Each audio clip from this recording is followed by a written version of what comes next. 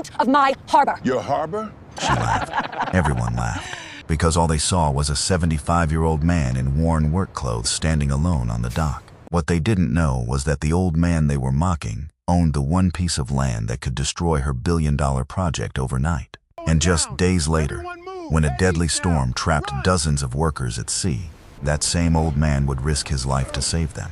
What happened next didn't just change a harbor, it changed an entire community forever. Before we begin, tell us where you're watching from, and don't forget to subscribe for more inspiring stories. A cold wind rolled across Baltimore Harbor as gray clouds drifted over the water.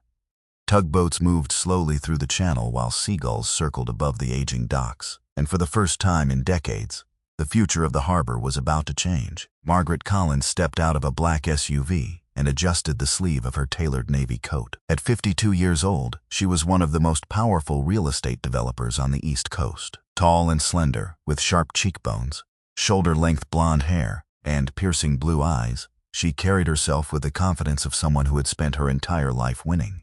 Years earlier, she had started as a junior analyst at a struggling development company. After surviving 2 recessions, hostile takeovers, and countless boardroom battles, she had built Collins Waterfront Development into a billion-dollar corporation. People who worked for Margaret admired her intelligence, but feared her perfectionism. She expected excellence, tolerated no excuses, and rarely allowed emotions to influence business decisions. To her, success came from discipline. Sentimentality was for people who could afford failure. As she walked toward the observation platform overlooking the harbor, several investors followed behind her. They listened carefully as she described the future. "Luxury apartments here," Margaret said, while pointing toward a section of old warehouses, restaurants along the waterfront, retail space, a marina. "In 5 years, this entire district will look completely different." The investors nodded approvingly. Many of them had flown in from New York and Washington specifically to see the project. The numbers were impressive. The proposal promised billions in revenue and would transform one of Baltimore's oldest industrial areas into prime real estate. Margaret smiled. Everything was moving exactly as planned. At least that was what she thought. As the group reached the observation deck, her attention shifted toward a lone figure standing near the railing. An elderly black man was quietly drinking coffee from a paper cup while staring out over the water. He appeared completely uninterested in the visitors surrounding him. The old man wore faded denim work clothes, heavy boots stained by decades of labor, and a weathered brown jacket that had clearly seen countless winters. His dark skin was lined with age. His silver-gray beard was neatly trimmed, and his calm brown eyes reflected the harbor below. This was Samuel Brooks. At 75 years old, Samuel had spent most of his life working around ships, docks, and shipyards. To strangers, he looked like an ordinary retired laborer. But those who knew him described him differently. Samuel was patient, quiet, respectful. The kind of man who listened more than he spoke. The kind of man who never needed attention to feel important. Years of hard work had shaped his broad shoulders and steady posture. Even now, there was a quiet strength about him. He took another sip of coffee and watched a tugboat guide a cargo vessel into the harbor. Margaret frowned. The investors had already noticed him. One of them glanced toward Samuel with visible curiosity. Margaret immediately felt annoyed. This was supposed to be a professional presentation. The last thing she wanted was an old dock worker standing in the middle of her event. She walked directly toward him. "Excuse me," she said sharply. Samuel slowly turned around. "Yes, ma'am?" Margaret forced a polite smile. "This area is currently being used for a private tour." Samuel nodded once. Then he looked back toward the water. The response irritated her. Most people reacted differently when speaking to Margaret Collins. Most people rushed to impress her. This man acted as though she were completely ordinary. "I'm going to need you to leave," she said. Several investors exchanged uncomfortable glances. Samuel looked at her again. His expression remained calm. "I've been standing here for a while," he said gently. "I won't be long." Margaret's patience began disappearing. The harbor wind pushed against her coat as frustration built inside her chest. For years she had fought to be respected in industries dominated by powerful men. She had spent decades proving herself. Now an old worker was casually ignoring her instructions in front of important investors. "Sir," she said more firmly, "this property belongs to my company. We have business to conduct." The words hung in the air. Several members of the group watched closely. Samuel lowered his coffee cup. For a moment he simply studied Margaret's face. There was no anger in his eyes, no embarrassment, no fear. Only curiosity. Then he asked a question. Does it? Margaret blinked. What? You said this harbor belongs to your company. Samuel looked toward the water again. Does it? A few investors chuckled nervously. Margaret felt heat rise into her face. She interpreted the question as a challenge. This entire redevelopment project is under our control. Samuel nodded. I see. The old man turned back toward the harbor. The conversation should have ended there. But Margaret was no longer thinking rationally. She was thinking emotionally, and she hated feeling challenged. If you're finished sightseeing, she said loudly enough for everyone to hear, I'd appreciate it if you left. This time several people laughed. The laughter echoed across the observation deck. Samuel remained silent. For the first time, a hint of sadness crossed his face. Not because he felt humiliated, because the scene reminded him of something. His father, 40 years earlier, standing on the same harbor, explaining that people often became blind when they saw only money. Samuel remembered every word. He remembered every lesson. He remembered every sacrifice that had built the harbor below. The investors continued discussing the project while Samuel slowly finished his coffee. Then he tossed the empty cup into a nearby trash can. Without another word, he began walking away. Margaret felt a small sense of victory. The distraction was gone. The tour could continue. Yet something about the encounter bothered her. She couldn't explain why. Perhaps it was the man's confidence. Perhaps it was the way he never once appeared intimidated. Or perhaps it was that strange question, does it? As Samuel reached the stairs leading down from the observation platform, he stopped. The harbor stretched before him. Ships moved across the water. Dock workers loaded cargo. Cranes swung overhead. The entire scene represented generations of history. Slowly, he turned around. Margaret was already speaking with investors again. Samuel looked directly at her. Then, in a calm voice that carried surprisingly far across the wind, he spoke. Miss Collins. Margaret looked up. Samuel offered a polite smile. Are you absolutely sure this harbor belongs to you? The smile vanished from Margaret's face. Before she could respond, Samuel turned and walked away. None of the investors spoke. For reasons nobody could explain, the old man's question lingered in the air long after he disappeared from sight. And by the end of the week, Margaret Collins would discover that the elderly dock worker she had just humiliated possessed the power to stop her billion-dollar project with a single signature. 3 days after the confrontation at Baltimore Harbor, Margaret Collins sat at the head of a long glass conference table on the 32nd floor of her company's headquarters overlooking the city skyline. Normally, project update meetings were predictable. Today was different. The atmosphere in the room felt tense. Margaret noticed it immediately. Her senior executives avoided eye contact. Several legal advisors shuffled documents nervously. Even before anyone spoke, she sensed something was wrong. Let's begin, she said. A large screen illuminated at the front of the room. The first few reports looked normal. Environmental approvals were progressing. Investor commitments remained strong. Construction estimates were within budget. Then the company's chief legal counsel cleared his throat. His name was Robert Gaines, a 64-year-old attorney with silver hair, deep-set brown eyes, and a reputation for being painfully cautious. Robert had spent 4 decades specializing in commercial property law. He was known throughout Maryland as a man who rarely delivered bad news unless he was absolutely certain. Unfortunately, today he had bad news. Margaret, he said carefully, we've encountered an issue. Margaret folded her arms. What kind of issue? Robert exchanged glances with several members of the legal team. Then he opened a thick folder, the Central Waterfront parcel. Margaret frowned. What about it? It isn't ours. The room became silent. Margaret stared at him. What do you mean it isn't ours? We control most of the redevelopment area. However, one section was never transferred during a series of ownership restructurings that occurred decades ago. Margaret's expression hardened. How much land are we talking about? Robert clicked a remote. A map appeared on the screen. A red section flashed directly in the center of the proposed project. Margaret's stomach tightened. The parcel occupied the exact location needed for the marina, luxury promenade, and several major utility connections. Without it, the entire project would collapse. Who owns it? She asked. Robert hesitated. Then he answered. Samuel Brooks. The name hit Margaret like a punch. Immediately she remembered the old dock worker standing on the observation platform, the paper coffee cup, the calm expression, the question, are you sure this harbor belongs to you? For several seconds she said nothing. No, Robert nodded. Yes, that old man. Margaret leaned back in disbelief. This has to be a mistake. It isn't. Robert opened another file. The ownership records are clear. The room remained completely silent as he continued. Samuel Brooks is the sole beneficiary of the Brooks Maritime Trust. Several executives looked confused. Margaret felt growing frustration. What exactly is the Brooks Maritime Trust? Robert took a deep breath. The Brooks family founded the original shipyard in 1962. The room suddenly became very quiet. Over the following decades, they acquired strategic parcels throughout the harbor. Margaret stared at the screen. She had spent years studying the area. She knew nearly every major transaction. Yet somehow she had never heard of the Brooks family. Robert continued. The family operated privately.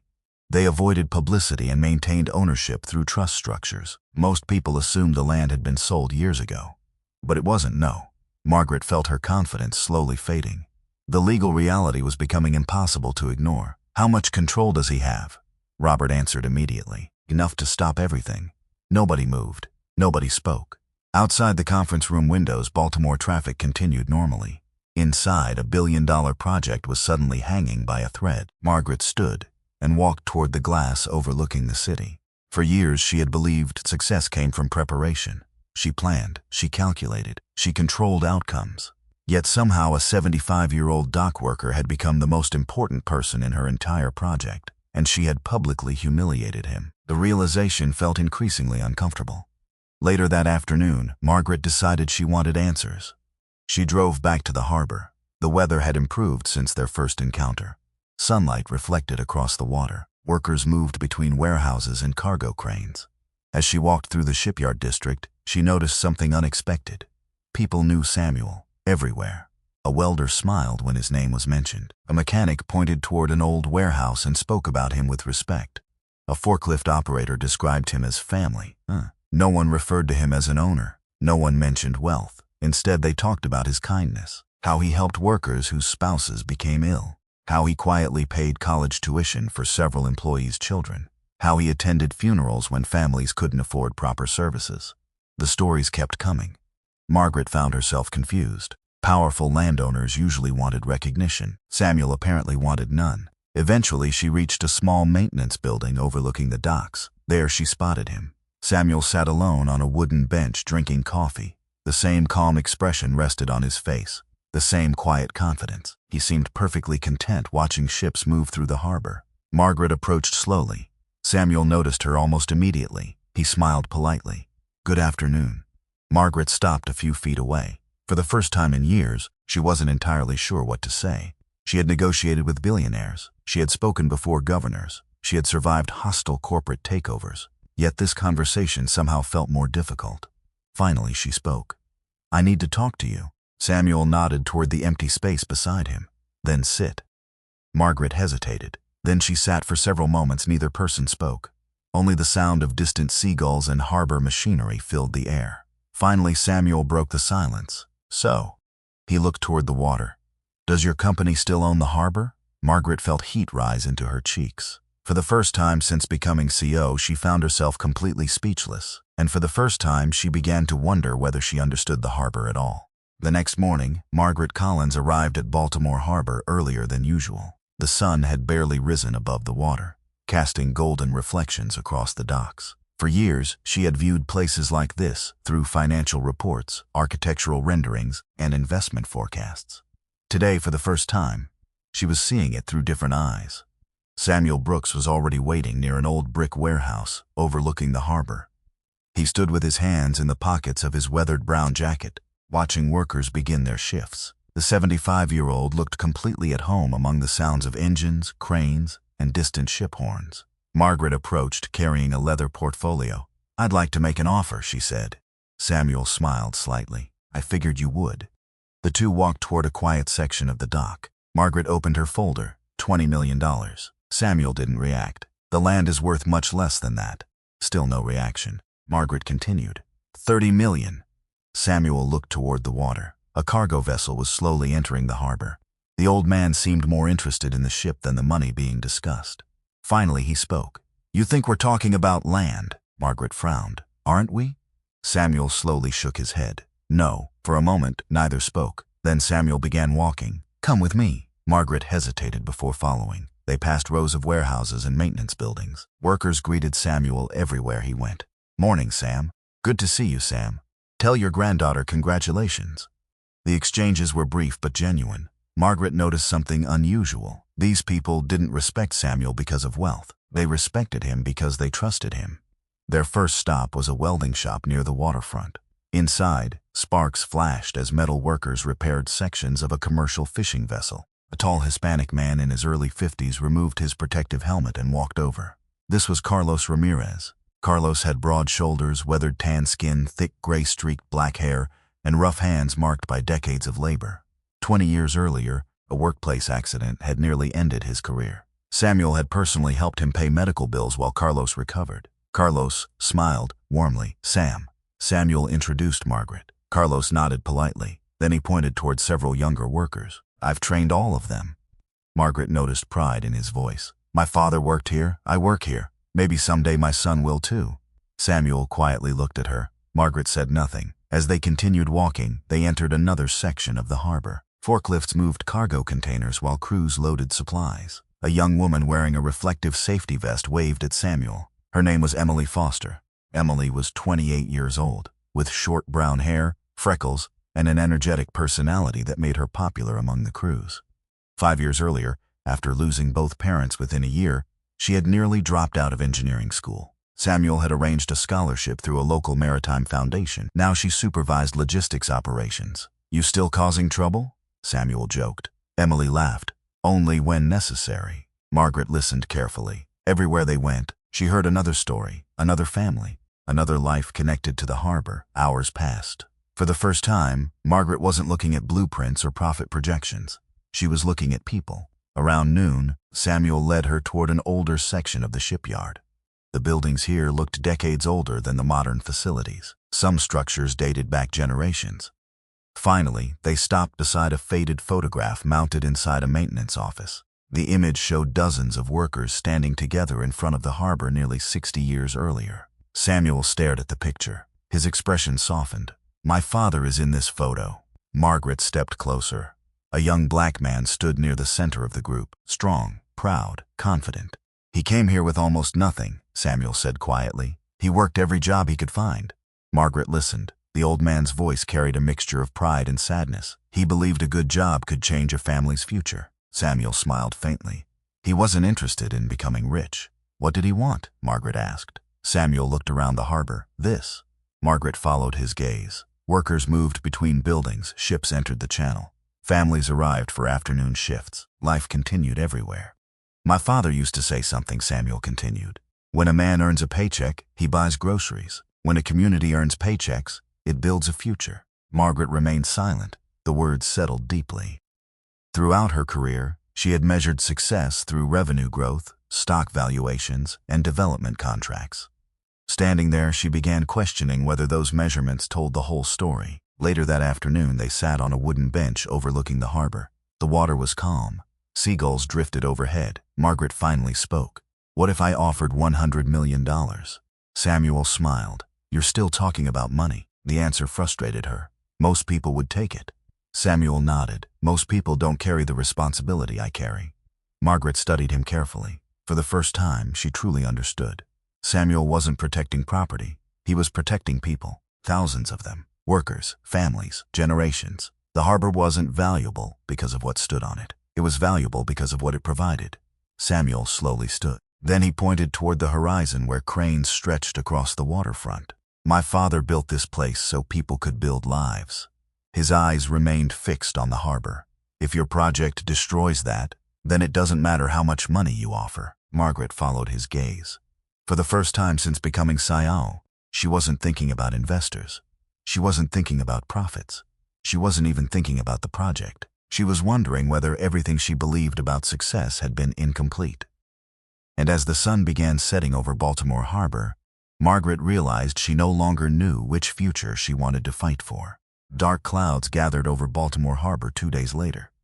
Weather reports had warned of severe coastal conditions, but few people expected the storm to strengthen as quickly as it did.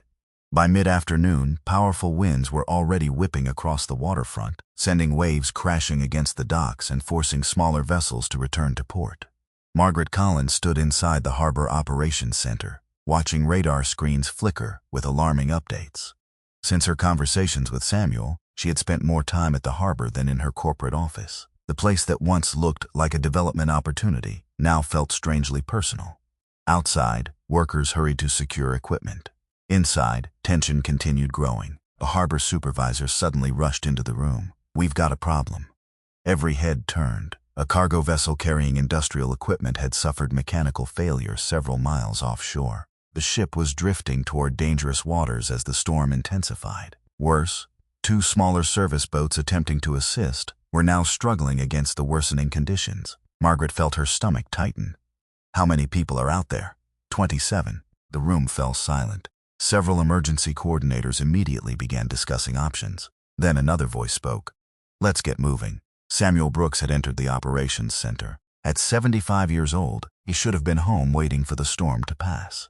Instead, he looked completely focused. His weathered face remained calm despite the urgency around him. Margaret noticed something immediately. The moment Samuel entered, the room changed. People stopped arguing. They listened. Not because he had authority on paper, because they trusted him.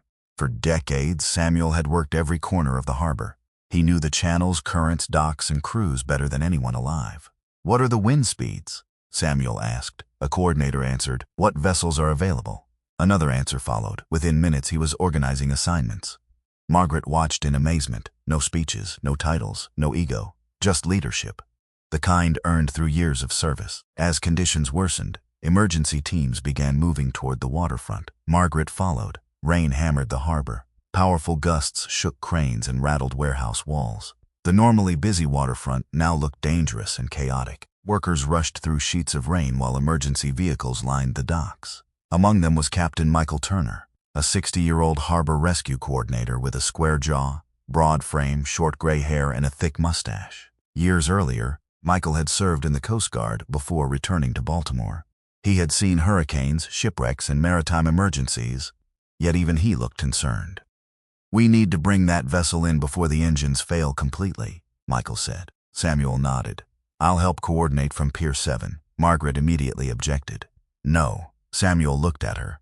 "You shouldn't be out there," the old man smiled. "Neither should half the people working today." Before she could respond, he was already moving. Hours passed. The storm became increasingly violent. Visibility dropped. Waves slammed against the harbor walls. Several cranes had to be shut down. Emergency crews worked continuously. At Pier 7, Samuel stood in the rain, directing incoming rescue boats through radio communications. Workers repeatedly looked to him for guidance. Margaret stayed nearby. She told herself she was there to monitor operations. Deep down, she knew that wasn't the real reason. She was worried.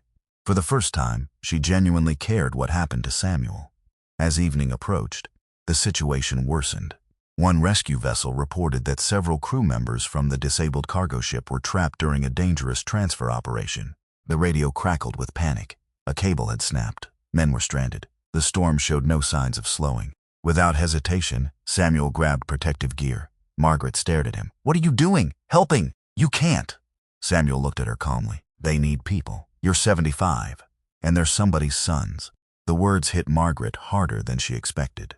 Before she could stop him, Samuel joined a rescue crew heading toward the affected dock area. The next 30 minutes felt endless. Rain battered the harbor. Emergency lights flashed through darkness. Everyone waited, then suddenly shouting erupted near the pier. A rescue boat appeared. Several exhausted workers were on board. Cheers broke out. More boats followed. More workers returned safely. Margaret felt relief wash over her. Then she noticed something wrong. Samuel wasn't among them. The celebration disappeared instantly. Rescue crews began searching. Minutes later, another vessel arrived. Several workers helped someone onto the dock. Samuel. Blood ran down the side of his forehead. His jacket was torn. One of the trapped workers explained what happened. During the rescue, shifting equipment had broken loose. Samuel pushed a younger worker out of danger moments before being struck himself. The dock fell silent.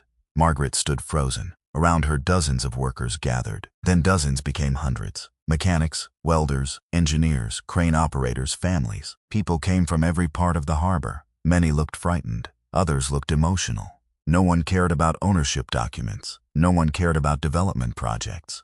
They cared about Samuel. As paramedics loaded him into an ambulance, something remarkable happened. Workers lined both sides of the roadway, quietly, respectfully. Some removed their hats. Others lowered their heads. Margaret had spent decades building influence. Yet she had never seen respect like this, not once, not even from her own executives. As the ambulance doors closed, Captain Turner stepped beside her. The veteran rescuer watched the crowd. "Now you understand." Margaret looked at him. "Understand what?" Michael's eyes remained fixed on the workers. The harbor never followed Samuel because he owned anything. Rain continued falling. Flashing emergency lights reflected across the water. The harbor followed Samuel because he'd spent his life protecting everyone else first. Margaret looked toward the ambulance, disappearing into the storm.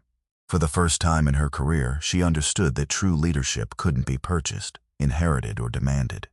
It had to be earned, and as hundreds of workers stood together in the rain praying for Samuel Brooks, Margaret realized she had spent her entire life chasing success, while completely misunderstanding what respect actually looked like. The storm had passed, but its impact lingered across Baltimore Harbor for weeks. Damaged docks were repaired. Ships returned to their normal schedules. Workers slowly resumed their daily routines. Yet one topic remained on everyone's mind. Samuel Brooks, the 75-year-old harbor veteran, spent nearly 2 weeks in the hospital recovering from his injuries.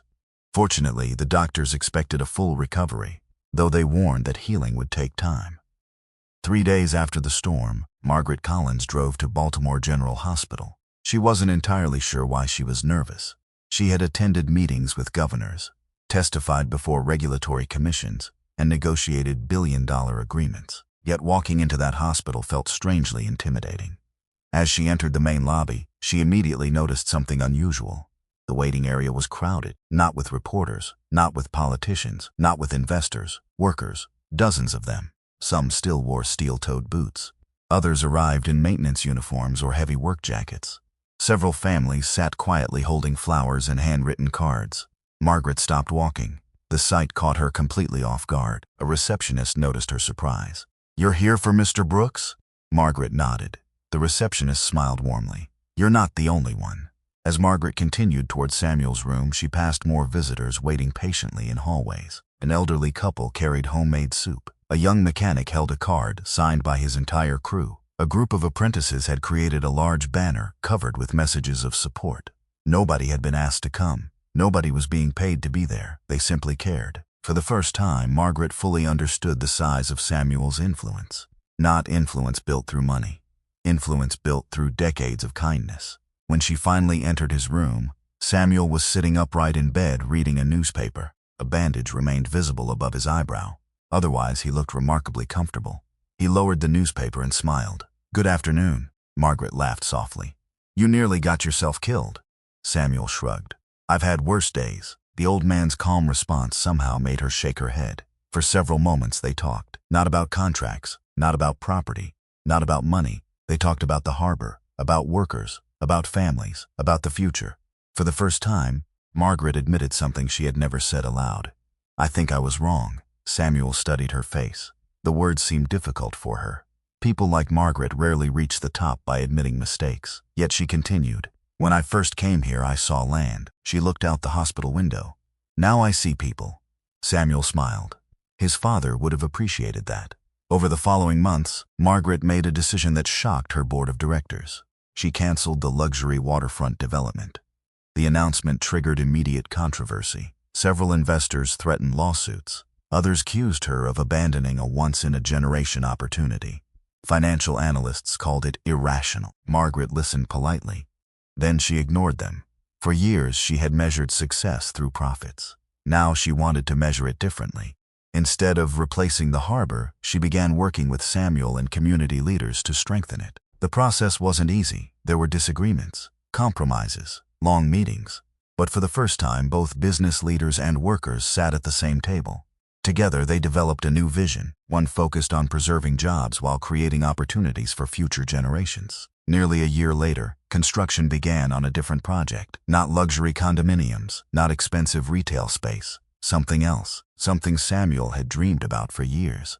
The Brooks Maritime Training Center. The center would provide free vocational education, apprenticeships, and technical training for young adults from working-class families.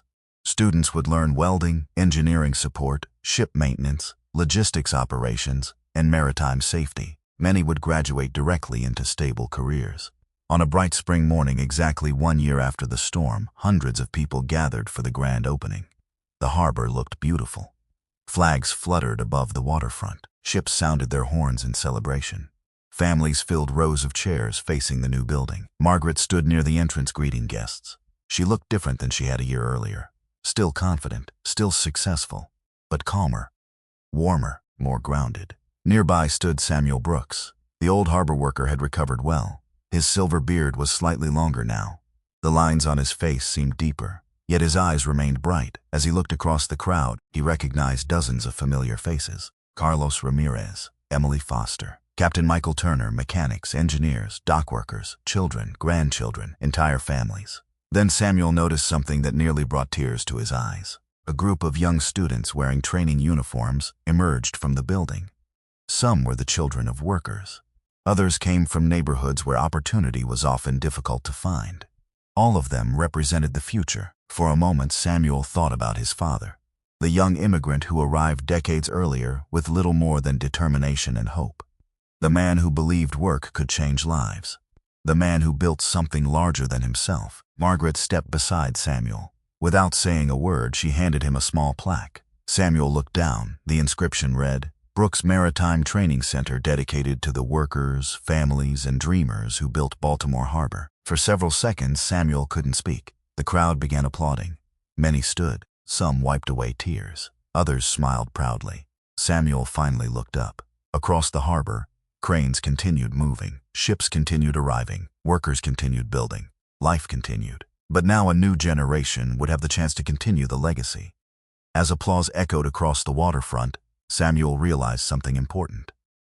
The harbor had never belonged to him. It had always belonged to the people who believed in one another, and thanks to those people, its future was brighter than ever.